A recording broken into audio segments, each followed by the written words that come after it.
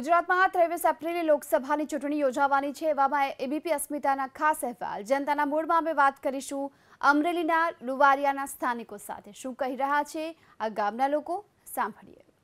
ABP અસ્મિતાની team આવી પહોંચી છે અમરેલી લોકસભા મત વિસ્તારના લુવારિયા ગામ। આ ગામ એ છે કે જેની બાજુનું જ ગામ છે તે સાંસદે દત્તક લીધું છે, પરંતુ આ ગામ છે તેમાં પાયાની સુવિધાઓનો પણ અભાવ છે। ગામના લોકો આપણી સાથે છે, તેની સાથે વાત કરીશું। શું નામ છે આપનું? રસિકભાઈ સિરોયા। રસિકભાઈ, લોકસભાની ચૂંટણી નજીક આવી છે, પહેલા તો આપ કેવી સરકાર છે તે આ વખતે જોવા માંગશો? અમે તો સારી સરકારને, ખેડૂતની સરકાર આવે ને એવી અમે માંગીએ છીએ, કારણ કે અત્યાર સુધીમાં કોઈ સરકારે કાંઈ કામ ખેડૂતની માટે કાંઈ કર્યું નથી। એક તો પહેલો પ્રશ્ન તો અમારો એ છે કે અમારો વિસ્તાર અત્યારે હાવ હૂકો વિસ્તાર છે, એની અત્યારે અમારે કોઈ જાતનું ક્યાંય અત્યારે બોરમાં કે કૂવામાં પાણી નથી રહ્યા। જેમ બને એમ વહેલી તકે અમારા ગાગડિયા નદીની અંદર જો પાણી નખાય તો જ ખેડૂત અહીંયા રહી શકે એમ છે, બાકી નહીંતર અત્યારે ખેડૂત અત્યારે હિજરત કરવા મળ્યા છે। અત્યારે સિટી તરફ બધા મળ્યા છે જવા, તો સિટીની અંદર એ જઈને બિચારા ત્યાં કરવાના છે શું? અને બીજું, સરકાર અત્યારે ખેડૂતને ભાવ મળતા નથી। હવે એક વિચાર કરી લો કે ટેકાના ભાવ સરકારે 368 રૂપિયા ઘઉંના બાંધ્યા, તો માર્કેટની અંદર 400 થી 500 રૂપિયા વેચાય છે, તો સરકાર 368 રૂપિયા ટેકાનો ભાવ બાંધે છે, તો સામુના વેપારી નીચા માંગવાના છે ને, ખેડૂત પાસેથી નીચી ખરીદી કરવાના છે। એટલે જેમ બને એમ ખેડૂતને પૂરતા ભાવ મળી રહે અને ખેડૂતની જે કાંઈ સમસ્યા હોય એ હલ થાય એવી સરકાર અમે અત્યારે માંગીએ છીએ। આપનું શું નામ છે?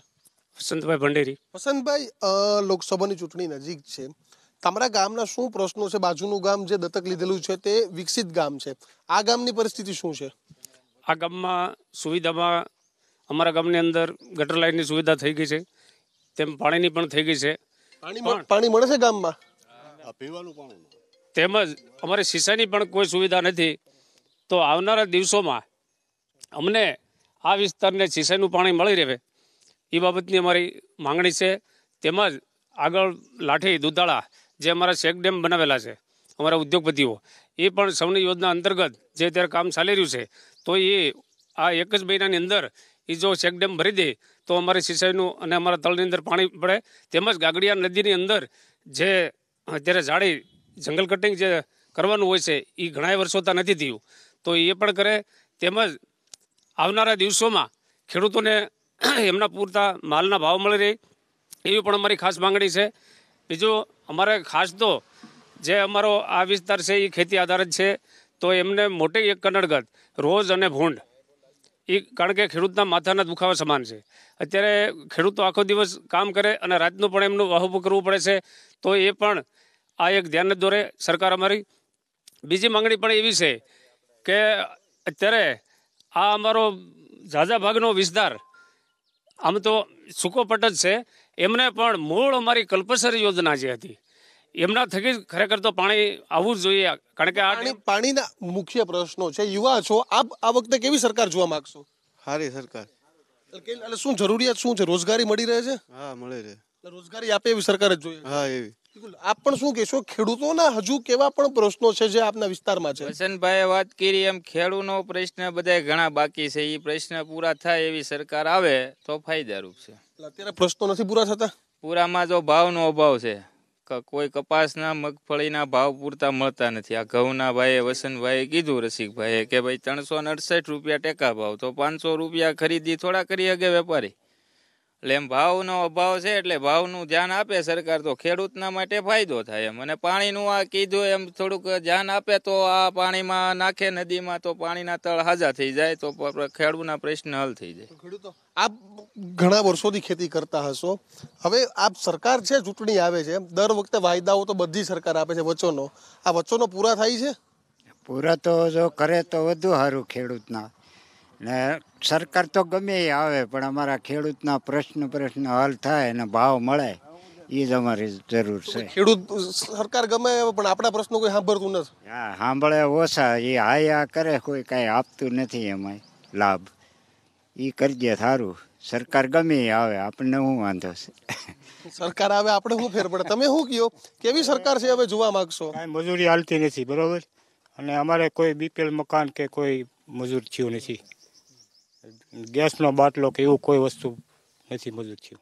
જેમ મને વહેલી તકે જો એવું થાય આ ચૂંટણી છે આ વખતે પરેશભાઈ છે યુવા ઉમેદવાર છે તે અહીંથી લડે છે. કોણ જીતશે શું લાગે છે? અત્યારે તો લડે પછી ખબર પડે કોણ જીતે એમ. તું કેવી સરકાર જોવા માંગીશ? ચૂંટણી છે, કેવી સરકાર જોઈએ છે? આપણે તો ગમે આવે ચૂંટણી, આપણે કાંઈ ફાયદો ન હોય, પછી જે આવે સારું. પણ આપણે કેવી સરકાર જોઈએ છે શું કહેશો? આપણે તો એમ કે ભાજપ આવે તો સારું, ને જે કામ સારું કરે એની માટે સારું, ગામ માટે ને આમ ગમી સરકાર માટે સારું. આપ શું કહેશો? નારણભાઈ છે તે છેલ્લા 10 વર્ષથી સાંસદ છે, વિસ્તારમાં કેટલી વાર દેખાણા છે? અમારા ગામની અંદર નારણભાઈ એક ફેરું આવ્યા છે, ત્યાર પછી તો ક્યારેય જોવા મળ્યા નથી.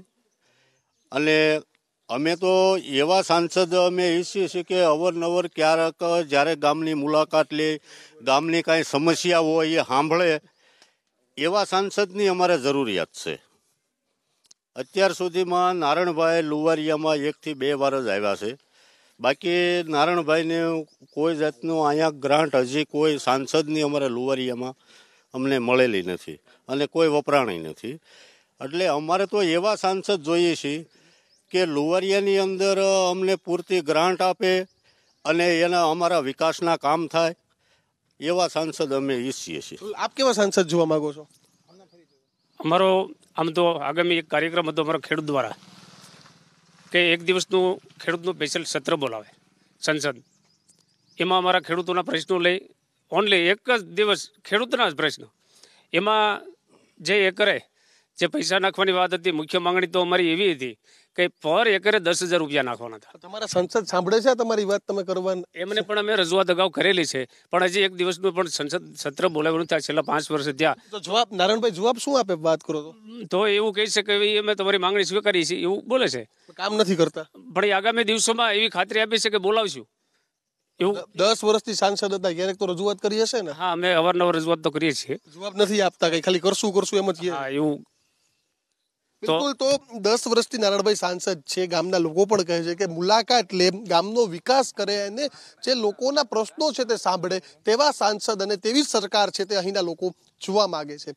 કેમેરા પર્સન કમલેશ પટેલની સાથે દીક્ષિત ઠકરાર, ABP અસ્મિતા, લુવારિયા, અમરેલી.